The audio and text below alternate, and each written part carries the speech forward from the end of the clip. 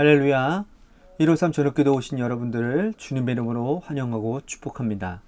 오늘도 귀하고 복된 이 시간, 하나님께서 우리 가운데 신실하게 일하심을 목도하는 귀한 시간이 되기를 간절히 소망하겠습니다. 먼저 하나님의 말씀 보도록 합니다. 요한 3서 1장 5절에서 10절 말씀까지 보겠습니다. 요한 3서 1장 5절에서 10절입니다. 우리 같이 한 목소리로 다 함께 봉독하겠습니다. 시작. 사랑하는 자여, 내가 무엇이든지 형제 곧 나그네 된 자들에게 행하는 것은 신실한 일이니 그들이 교회 앞에서 너희 사랑을 증언하였느니라. 내가 하나님께 합당하게 그들을 전송하면 좋으리로다. 이는 그들이 주의 이름을 위하여 나가서 이방인에게 아무것도 받지 아니함이라. 그러므로 우리가 이 같은 자들을 영접하는 것이 마땅하니 이는 우리로 진리를 위하여 함께 일하는 자가 되게 하려 함이라. 내가 두어 살을 교회에 썼으나 그들 중에 으뜸되기를 좋아하는 디오드레베가 우리를 맞아들이지 아니하니 그러므로 내가 가면 그 행한 일을 잊지 아니하리라. 그가 악한 말로 우리를 비방하고도 오히려 부족하여 형제들을 맞아들이지도 아니하고 맞아들이고자 하는 자를 금하여 교회에서 내쫓는도다. 아멘. 아브라함은요, 하나님의 부르심을 받을 때까지 자녀에 대한 축복을 받았습니다. 처음에는 희미했지만 시간이 지날수록 분명해졌죠. 하나님이 75세에 아브라함을 부르실 때 큰 민족을 이루겠다고 하셨습니다. 그리고 10년 뒤에 자녀가 생기지 않고 고민하고 나아갔을 때 하나님은 아브라함에게 내 몸에서 날 자가 네 상속자가 될 것이라고 약속해 주셨어요. 여기까지는 자녀 생산의 시기가 나타나지 않았습니다. 그런데 하나님이 이 시기를 확정해서 말씀하실 때가 있었는데 아브라함이 나그네를 환대하고 잘 대접해 주었을 때라는 거예요. 창세기 18장에 보면 아브라함이 3명의 나그네를 극진히 환대하고 대접하는 장면이 나옵니다.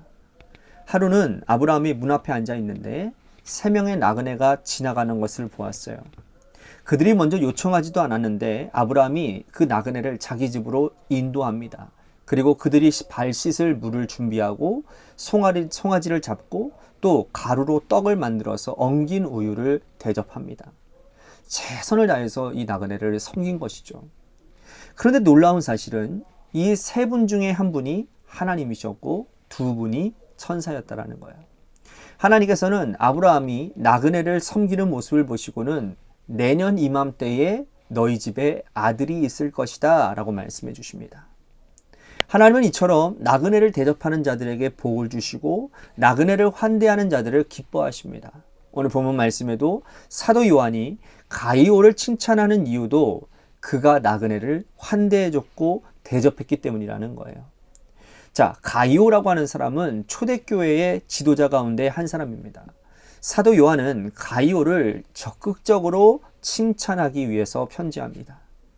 그가 칭찬받을 일이 또 있었는데 그것은 뭐냐면 형제들이 와서 진리를 증언하는데 그 진리 안에서 행한다는 것이 너무나도 기쁘다라는 거예요. 그러니까 가이오가 자기 입으로 자랑한 것이 아니고 주변 사람들이 사도 요한에게 가이오를 칭찬하는 겁니다. 칭찬의 내용은 그거예요. 진리 안에서 행한다라는 거예요.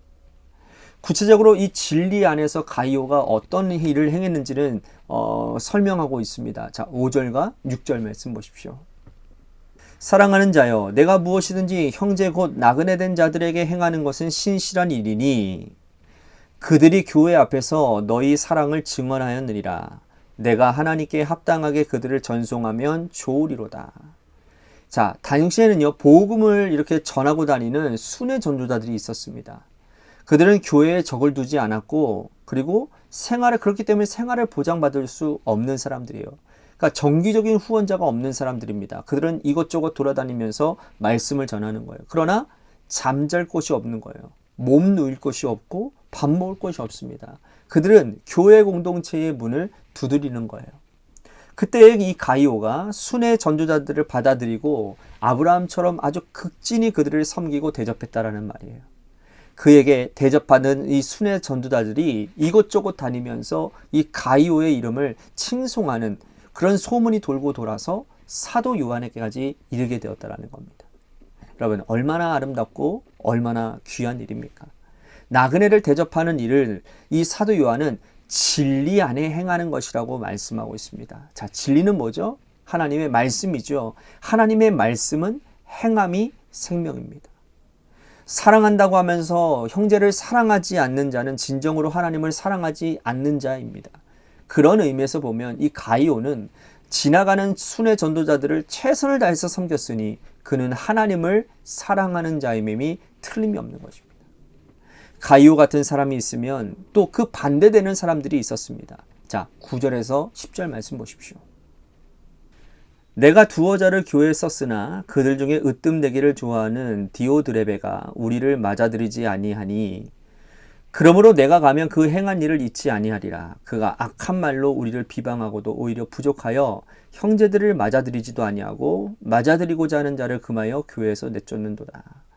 자, 디오드레베라고 하는 사람이 있었는데 이 사람은 세 가지 특징이 있네요. 하나는 으뜸되기를 좋아했고요. 두 번째는 나그네 맞아들이는 것을 좋아하지 않았어요.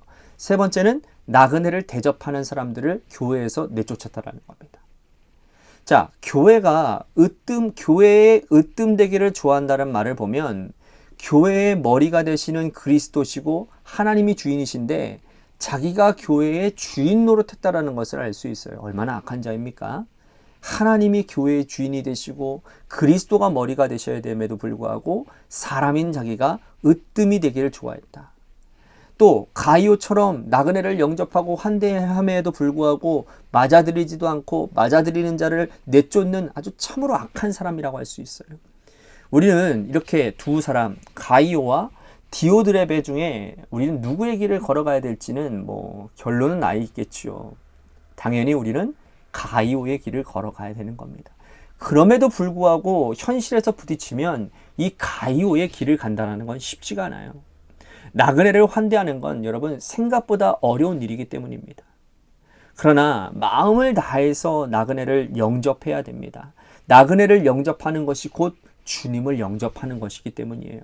마태복음 25장에 보면 예수님이 양과 염소의 비유를 말씀하시면서 양과 염소를 나누는 기준이 있습니다. 기준이 뭐냐면 소자를 영접하는 것이다 라고 말씀을 했어요. 자, 소자를 먹이고 물 마시게 하고 입히는 것은 곧 주님에게 하는 것이니 우리가 나그네를 영접하고 선대하면 주님을 섬기는 것이라는 거죠. 또한 나그네를 영접하는 것은 부활하신 주님을 모시는 것과 연관되어져 있습니다. 부활하신 주님은 엠마오로 가는 두 제자에게 나타나셨어요. 부활하신 주님이 나그네로 나타나셨다는 사실을 우리들이 기억하고 우리가 나그네를 진심으로 환대하고 영접하면 부활하신 주님을 만나는 영광을 얻게 된다는 사실을 꼭 기억하시기를 바랍니다. 오늘 말씀 생각하면서 우리가 기도했으면 좋겠습니다. 가이오처럼 나보다도 낮고 연약하고 부족한 사람들을 선대하며 대접하는 인생이 되겠습니다. 또 나그네를 선대하며 섬김으로 인해서 부활하신 주님을 만나는 영광을 체험하는 나의 삶이 되겠습니다. 오늘 말씀 생각하면서 우리가 기도했으면 좋겠습니다. 또 한 가지 우리 교회를 위해서 간절히 기도합시다. 하나님이 세워주신 주님의 몸된 교회가 오늘 말씀처럼 하나님을 기쁘시게 하고 이웃을 행복하게 하는 그런 공동체가 되도록 주님 인도해 주시옵소서.